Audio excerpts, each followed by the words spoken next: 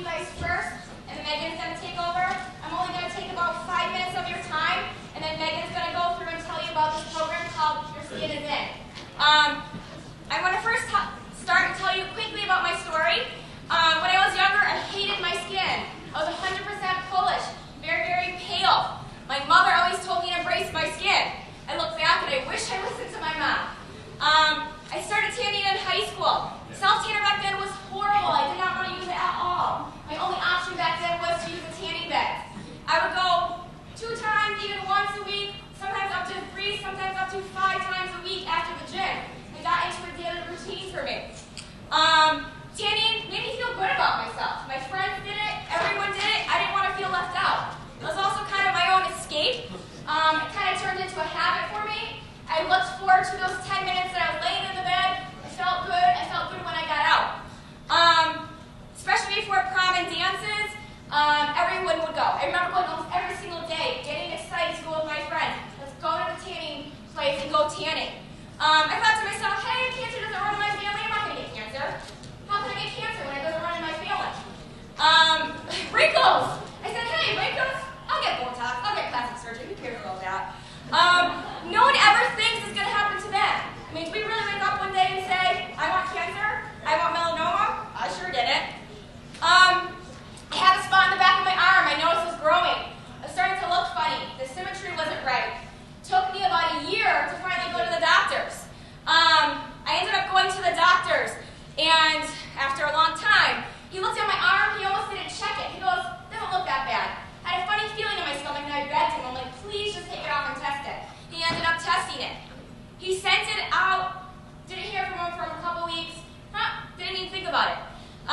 Got a phone call one day. I was actually on the way back from professional development, and I was with 3 of my close coworkers here. So I'm glad, especially Miss Wood was one of them. So of all people, it was great that I had her in the car with me. But the doctor told me right on the phone. He goes, hey, sorry I haven't called you in a while, but you have melanoma. Do you know what that is? And I was like, what? I have melanoma? How can I get melanoma? It doesn't run in my family. I said, yeah, I'm a health teacher, but I couldn't think at that moment what those words meant. I felt sick to my stomach. I was so mad because he gave me an analogy that said, it's like a ripple in the water. And I'm like, what? I don't need an analogy right now. I can't even think straight. But now that I think of it, it makes sense. And I said to him, how do I know when it gets bad? He goes, if the rocks sink. And I said, well, what do I have? He told me I have a ripple on top, ripple in the water. So it's just on the top of the surface of my skin.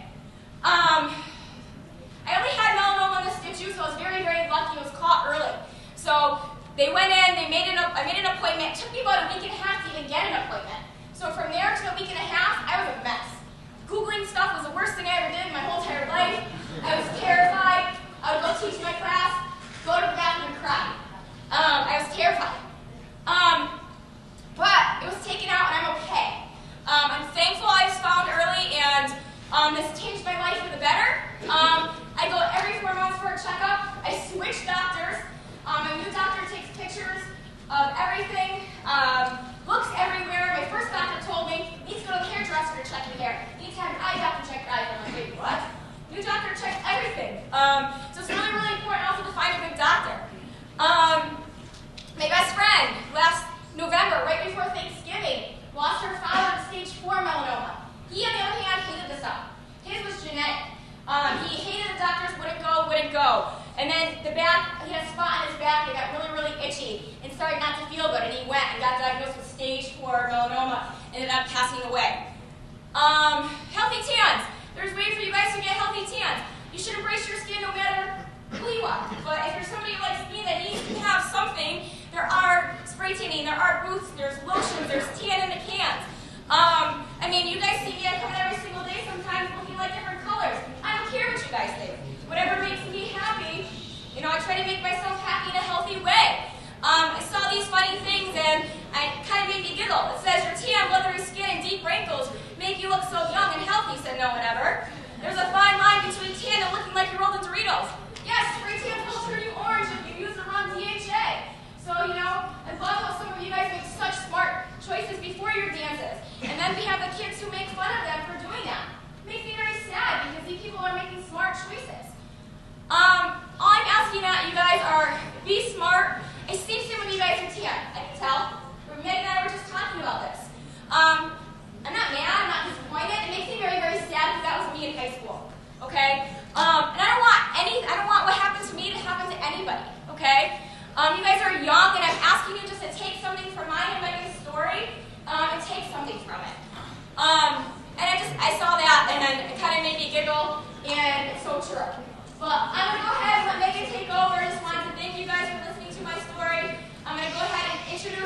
Meghan Rothschild from the Melanoma Foundation of New England, and I'm going to let her take over like that. I'm from the Melanoma Foundation of New England. Our mission is to combat the rising rates of melanoma and melanoma deaths, provide educational programs targeting the prevention and early detection of melanoma, because what you're going to hear both from her story and from my story is that early detection is key with melanoma. And also we assist patients and their caregivers who are struggling with a melanoma diagnosis. So what is melanoma? Is anyone in here who doesn't know what melanoma is? Maybe a couple, okay? So melanoma is the most serious form of skin cancer. It's not just skin cancer, as you hear some people say. It's a very serious form of cancer that actually can travel inside the body, which I love that analogy the doctor gave you about when the rock sinks. It can travel inside your body and become a deadly form of cancer. Melanoma kills one person every 50 minutes, and rates are increasing faster than all other cancers. So every other cancer, we've got breast cancer, colon cancer, prostate cancer, all the different types of cancers, those rates are on the decline. And the reason for that is because of greater public awareness and people who are paying attention to these different types of cancers and getting the screenings that they need in order to prevent them. We're not there yet with melanoma. One fact, and one of the biggest reason why I come out and I speak to high school and college age kids is because melanoma is the second most common form of cancer for young people ages 15 to 29. Did anyone in here know that? That this is a cancer that affects your age group? Yeah, no one ever does. So am I at risk? Well, there's a bunch of different risk factors in terms of melanoma.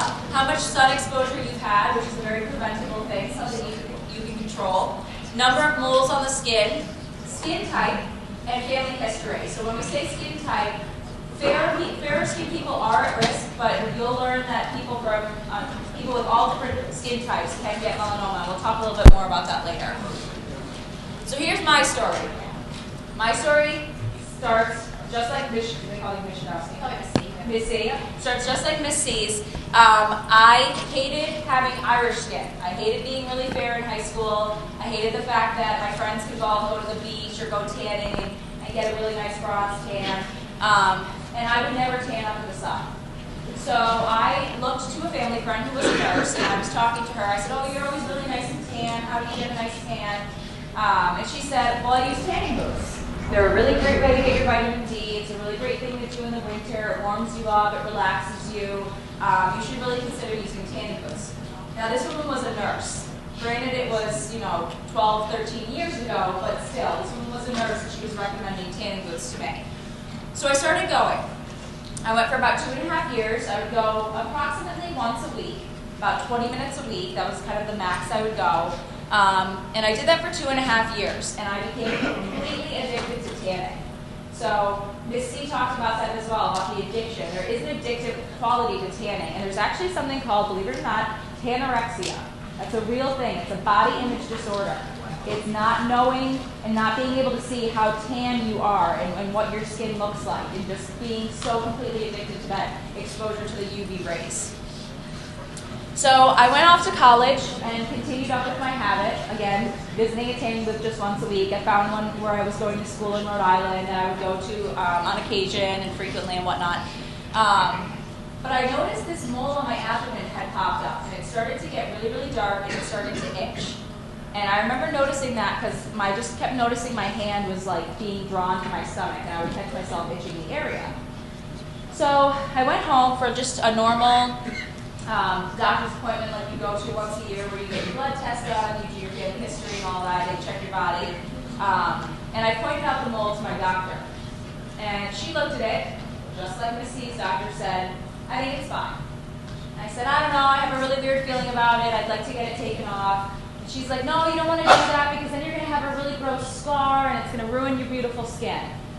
And I said, "No, something's weird. I just need you to get it taken off. Just write me the referral, I'm going to go have it removed." Now, I pushed to have it removed, but I never in a million years thought anything would actually come of it. And that is proven by my behavior, because the day that I went and had the mole removed, I actually drove directly from the doctor's office to the nearest tanning salon. And I remember that because I was in a stand-up booth, and I remember looking down thinking, "Oh, I'm going to have a tan line from the steri strips." So that was my biggest concern. I never in a million years thought a mole was going to come back as anything. My concern was, "Oh, I'm going to have a tan line from the steri strips." So I went in a week later. I had just turned 20. and I was going in to get the stitches taken out. I'd never had stitches before. This is my first experience. But I went in, and I went by myself to the doctor's office. And the doctor comes in. It was this new doctor who I'd actually never even met before. It wasn't the one who had performed the initial surgery. And he looked at me and he said, "Is there anyone here with you?" And I said, "No, it's just me. My parents are away. So there's no one in the waiting room I can go get." And I remember thinking, does he think I'm going to faint? What's the problem here? I'm just here to get stitches taken out. I said, "No, it's just me." And he said, "Well, I'm really sorry to have to tell you this while you're here alone, but you have melanoma." Now, imagine being 20 years old, just a few years older than you. You're in the prime of your life. You're at college. You're partying with your friends. And your doctor starts saying things like cancer, survival rate, lymph node extraction, major surgery. The only thing that I could think of was, "You're an idiot. You did this to yourself." It was because of decisions I had made that I knew were bad for me starting at the age of 17 that had led me to a cancer diagnosis. So now what? Well, because melanoma is a deadly form of cancer and it can travel inside the body, steps would have to be taken to make sure that it did not go inside my body. So I'd have to undergo a major surgery. My doctor basically explained to me, we're going to need to take lymph nodes out to make sure it hasn't traveled into the lymph node system. We're going to have to clear the margins, which means they go in, they cut a huge chunk of skin out around where the mole was located.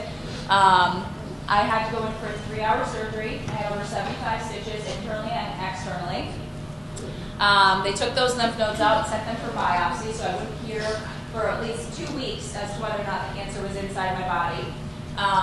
But the worst part of this whole surgery, and I apologize for anyone who has a weak stomach, was I woke up and there were drainage tubes coming out of my incisions. And they hadn't really told me that was going to happen. They didn't really know they were going to have to do that. But when you have these types of surgeries, you can have lymphatic fluid buildup, which causes swelling, and it unfortunately causes issues with your healing process. So when I woke up, the doctor looked at me and said, "So you're going to have to empty these every 3 hours. You're going to have to go over, pop open the little tube, take them out of your netting, and dump them into the sink.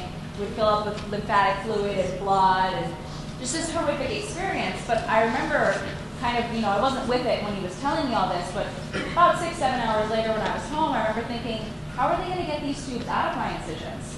Are they going to reopen my incisions? I'm going to have horrific scarring. That's going to be painful. So I went in 3 days after my surgery for what they call a post-operative surgery. And the doctor, who had no bedside manner, he was a terrible doctor. I've never seen him since. He looked at me and he said, "Well, this is going to hurt." And I said, "What's going to hurt?" He put his hand on my stomach and he ripped the tubes out of the incisions. No warning. So when people say, "Oh, you just had skin cancer," that's not accurate. Skin cancer is not just skin cancer. It's serious, it hurts, it leaves scarring, and it can kill you. So when we're here sharing stories with you about how to prevent it, take it in and listen, because it's not worth it. There is no tan that is worth going through what we go through with these diagnoses. So what you see it here up on your right is a facial scanner. Has anyone done a facial scanner before? Get to see the sun damage, a couple of you. So this is my face on the right-hand side is all the sun damage, all those brown spots. The dark spots, the freckles, the heavier dark spots on my cheeks. That's all irreversible sun damage that I did through tanning and through not wearing sunscreen. There's nothing I can do to turn back the hands of time to make that go away. These spots could come to the surface later in life and become cancerous. They may not. They could come to the surface and become wrinkles or age spots. They may not. The only thing I can do now is be proactive, wear sunscreen, and wash my skin, and visit a dermatologist regularly, because I don't know, I have spots like that obviously all over my body that could become cancerous. So now I'm at the dermatologist. It's been 10 years since my initial diagnosis. I was free and clear of cancer in the lymph nodes. The cancer had not gone under the water. It had stayed a ripple. So I was lucky enough to be at a stage 2. Once you progress to a stage 3 and a stage 4, your chances of survival start to decrease. But once you've had melanoma, you're at a greater risk to get it again. So every 6 months, I was seeing a dermatologist every other month immediately after my diagnosis. So I was going to the derm about 6 or 7 times a year. I'm now down to twice a year, which is really great. I'll never be once a year. I'll always be twice a year. We go in. They look at all the moles on my body. If they see something suspicious or I say I want something taken off, they numb me up and they use a razor to shave it. Now, if it comes back as the step 4 cancer or abnormal or anything like that, I go in and I have to get more skin taken out, and they cut and they do stitching. So I've had about 35 of these surgeries since my initial diagnosis 10 years ago. My dermatologist calls me Swiss cheese. I'm covered in scars from head to toe, which is such an ironic thing because this cancer is generally caused by a vanity to be tan and to have nice skin. And then this is what you're left with. You're left covered head to toe with scars. So is there such thing as a healthy tan? No. The myth of a base tan is non-existent. There is no such thing as tanning yourself so I don't burn and that'll be better for me, right? No.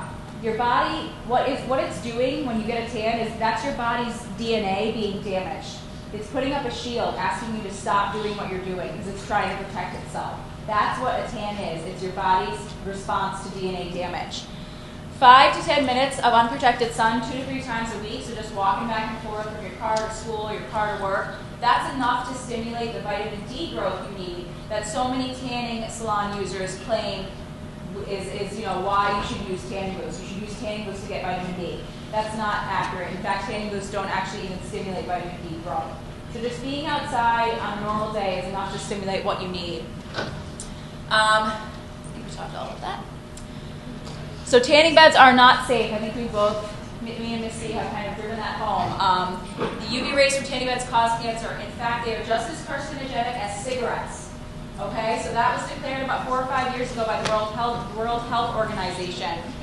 UV rays from tanning booths and cigarettes just as cancer causing. We just don't, we're not talking about it enough, we're not aware of it enough. So if you don't smoke because you don't want lung cancer, don't tan if you don't want skin cancer. It's the same thing, same exact thing. Tanning beds emit 3 to 6 times more radiation than the sun. They're a lot stronger than the sun, but the sun still causes cancer and still has UV rays that can lead to premature aging and wrinkling and all that. So how can you protect yourself? You can avoid sunburns, tans and tanning beds, obviously. Wear a hat, wear wide brim hat, wear glasses, wear SPF. You want to wear an SPF of 30 or above every time you're going to be out in the sun. And you want to reapply every 2 hours. A lot of people don't realize that we usually use sunscreen. We don't use it right, and that's why we get burned. You need to reapply sunscreen every 2 hours. You want to get a skin exam once a year. So this is the biggest thing. This is the biggest one. How much time do we have? 13 minutes. Okay, good. That's the biggest thing is that if you're going to ignore everything else we talked about today, you're still going to tan, you're still going to go out in the sun unprotected, you don't really care, you don't think it's going to happen to you, at the very least, start seeing a dermatologist once a year. Because they'll track all the spots on your skin, they'll check your moles for you, they'll take pictures, they'll measure things. They know what to look for. And that's nothing against primary care physicians, I'm not knocking them, but dermatologists are specifically trained for your skin. Primary care physicians are not. So definitely establish care with a skin doctor. Know your ABCDEs of melanoma. So this is, if you're going to leave today and not remember anything, at least remember the ABCDEs. These are the warning signs of melanoma. So if you have any spots on your body that are A, asymmetrical, meaning if you were to draw a line down the middle of the mole, fold it in half, if it wouldn't line up perfectly, that's a cause for concern. B, this is always my favorite part of the speech, by the way, because people start going like this. Everyone starts looking at the spots on their arms. B is border irregularity. If you have any moles that aren't a perfect circle, maybe they have some scalloped or notched edges, that's something you want to keep an eye on. I'm not diagnosing you with melanoma. I'm not saying if you have any of these, you automatically have melanoma, but it's just cause for concern. C is color. So any type of color variation. Melanomas can be brown, black, they can even be red or blue, which sounds weird, but they can be a variety of different colors. D is diameter, so anything that's over, basically the size of a pencil eraser. Anything that's larger than that, you would want to have a dermatologist take a look at it. And E is evolution. This is the one I think is probably the most important. Any new mole that shows up, any spot that you have that starts to change, starts to itch, starts to get darker, starts to bleed, starts to grow, any type of change, that's a sign that you would want to get it checked out by a dermatologist. So we always put this up here just because we like to show that so many celebrities have started embracing their pale skin. There's nothing wrong with having a more fair complexion. Embrace it. Celebrities are doing it now, so we can too. Do you want me to talk about this? Yes. Okay, so You guys are registered for the Your Skin Is In contest through the Melanoma Foundation of New England. And what that does, actually somebody up here is wearing the shirt. I'm most excited to wear it today too. That's signing a pledge stating that you will be skin safe. You will pay attention to your skin. You will not seek UV rays, whether indoor or out, to get a tan. It's a really great pledge that just makes you kind of committed to being skin healthy and skin safe. So the school is signed up. You can take that pledge online. During lunch, they're going to have the opportunity to today. Okay, so during lunch today, you can have a chance to take that pledge, and if you miss it, you can always do it online as well. So I can show the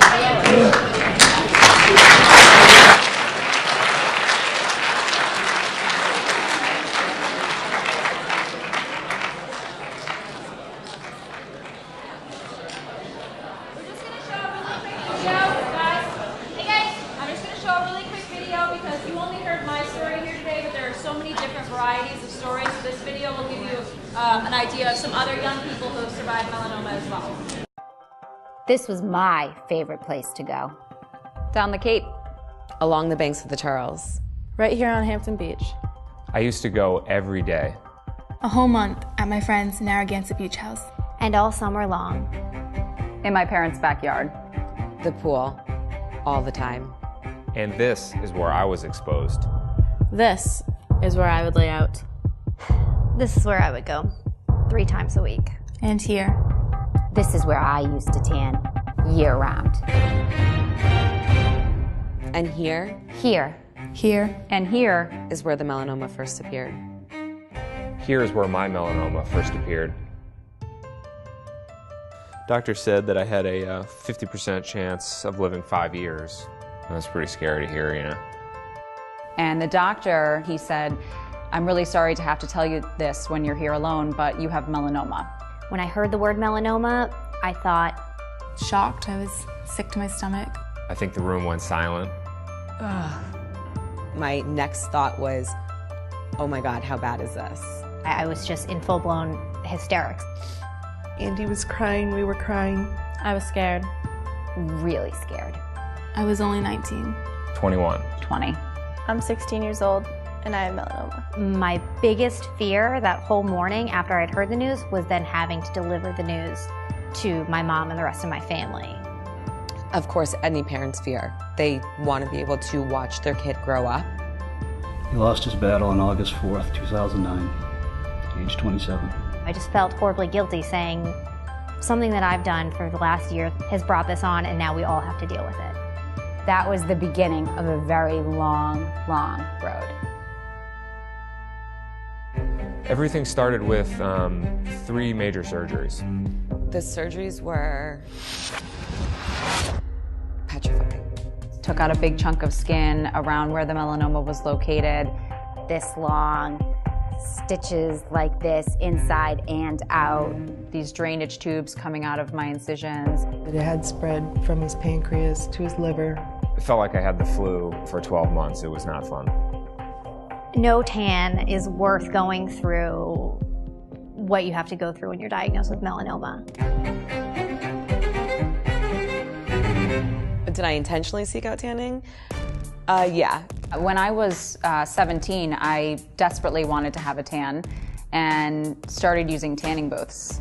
I started tanning in freshman year of high school for the prom and winter ball, and by the time I was a junior, I was going 3 to 4 times a week.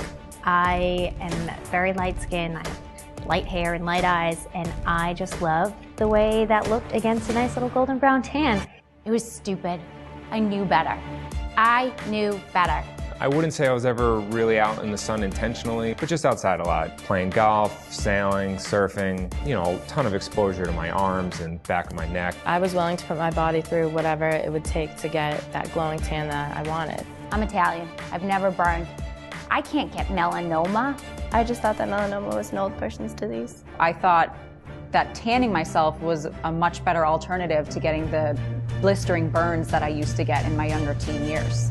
There is no such thing as a safe tan indoors or outdoors. Well, now that I've had melanoma, I know I'm at a greater risk to get it again. You know, it's not a cancer that you can have, get over it, and not think about it. It's something that I have to think about on a daily basis. I worry and do things that none of my friends have to worry or think about. I'm constantly fearful of getting another melanoma or melanoma coming back. It's not just a little something, it's a big something. Protecting yourself from melanoma is easy. You're never going to keep people out of the sun. Wearing a hat, bringing an umbrella. Once I go in the water, I reapply sunscreen. I try to stay out of the sun in the peak of the day. And seeing a dermatologist once a year to get a regular skin check. Early detection is extremely important. It's what saved my life. So doing all the little things along the way really is what can make a difference. Your skin is the largest organ in your body, and the bottom line is that it's beautiful the way it is. Don't take it for granted. Your skin is in. So take the pledge. Take the pledge Take the pledge. Now. at mfne.org.